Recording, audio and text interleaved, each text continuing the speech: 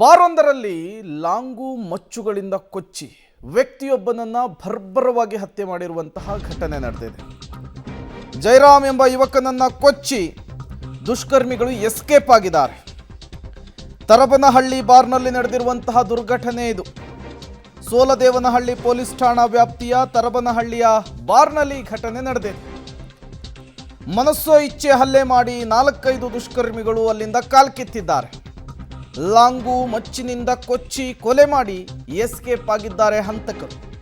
ಇಡೀ ಬಾರ್ ತುಂಬ ರಕ್ತದ ಕೋಡಿಯೇ ಹರಿದು ಬಿಟ್ಟಿದೆ. ಸ್ಥಳಕ್ಕೆ ಸೋಲದೇವನಹಳ್ಳಿ ಪೊಲೀಸರು ಭೇಟಿ ಕೊಟ್ಟಿದ್ದಾರೆ, ಪರಿಶೀಲನೆಯನ್ನು ನಡೆಸಿದ್ದಾರೆ. ಹಂತಕರನ್ನ ಕೆಡ್ಡಾಕಿ ಕೆಡುವುದಕ್ಕೆ ಈಗ ಕಾರ್ಯಾಚರಣೆ ಮಾಡಲಿಕ್ಕೂ ಕೂಡ ಮುಂದಾಗಿದ್ದಾರೆ.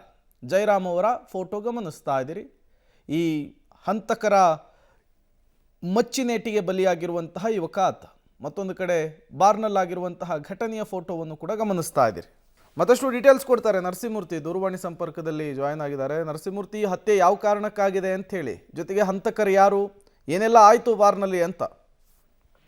ಪ್ರೇಮ್, ಇವತ್ತು ಸಂಜೆ ವೇಳೆಗೆ ಆಗ್ಲೇ ಈ ಸೋಲದೇವನಹಳ್ಳಿ ಪೊಲೀಸ್ ಠಾಣಾ ವ್ಯಾಪ್ತಿಯ ತರಬನಹಳ್ಳಿ ಬಾರ್ ಅಂತೇಳಿ, ಈ ಬಾರ್ನಲ್ಲಿ ಒಬ್ಬಾತ ಎಣ್ಣೆ ಕುಡಿಯೋದಕ್ಕೆ ಅಂತೇಳಿ ಬಂದಿದ್ದಾನೆ. ಈ ಸಂದರ್ಭದಲ್ಲಿ 4-5 ಜನ ಮಚ್ಚುಲಾಂಗ್ಗಳಿಂದ ಅಟ್ಯಾಕ್ ಅನ್ನ ಮಾಡಿದ್ದಾರೆ, ಕೊಚ್ಚಿ ಕೊಲೆ ಮಾಡಿದ್ದಾರೆ, ಬರ್ಬರವಾಗಿ ಕೊಲೆ ಮಾಡಿದ್ದಾರೆ. ಆತನ ಕಾಲ್ಗಳನ್ನ ಕತ್ತರಿಸಿದ್ದಾರೆ, ಮತ್ತೆ ತಲೆ, ಹೀಗೆ ನಾನಾ ಕಡೆ ಮಚ್ಚಿನೇಟ ಹೊಡೆದು ಸ್ಥಳದಲ್ಲೇ ಕೊಲೆ ಮಾಡಿದ್ದಾರೆ. ಈತ ಯಾರು ಏನು ಎತ್ತ ಅಂತೇಳಿ ನೋಡಿದಂತಹ ಸಂದರ್ಭದಲ್ಲಿ ಈತ ಜಯರಾಮ್ ಅಂತೇಳಿ ಯಲಹಂಕ ನ್ಯೂ ಟೌನ್ ನ ರೌಡಿ ಶೀಟರ್ ಅನ್ನೋದು ಗೊತ್ತಾಗ್ತಿದೆ. ಹಳೆಯ ವೈಷಮ್ಯದ ಹಿನ್ನೆಲೆಯಲ್ಲಿ ಕೊಲೆ ಮಾಡಿರುವ ಶಂಕೆ ಇದೀಗ ಪೊಲೀಸರು ವ್ಯಕ್ತವನ್ನ ಪಡಿಸ್ತಿದ್ದಾರೆ. ಯಾರು ಯಾವ ಗ್ಯಾಂಗ್ನಿಂದ ಕೊಲೆ ಮಾಡಿದ್ದಾರೆ ಅನ್ನೋದು ಕೂಡ ಗೊತ್ತಾಗಿಲ್ಲ.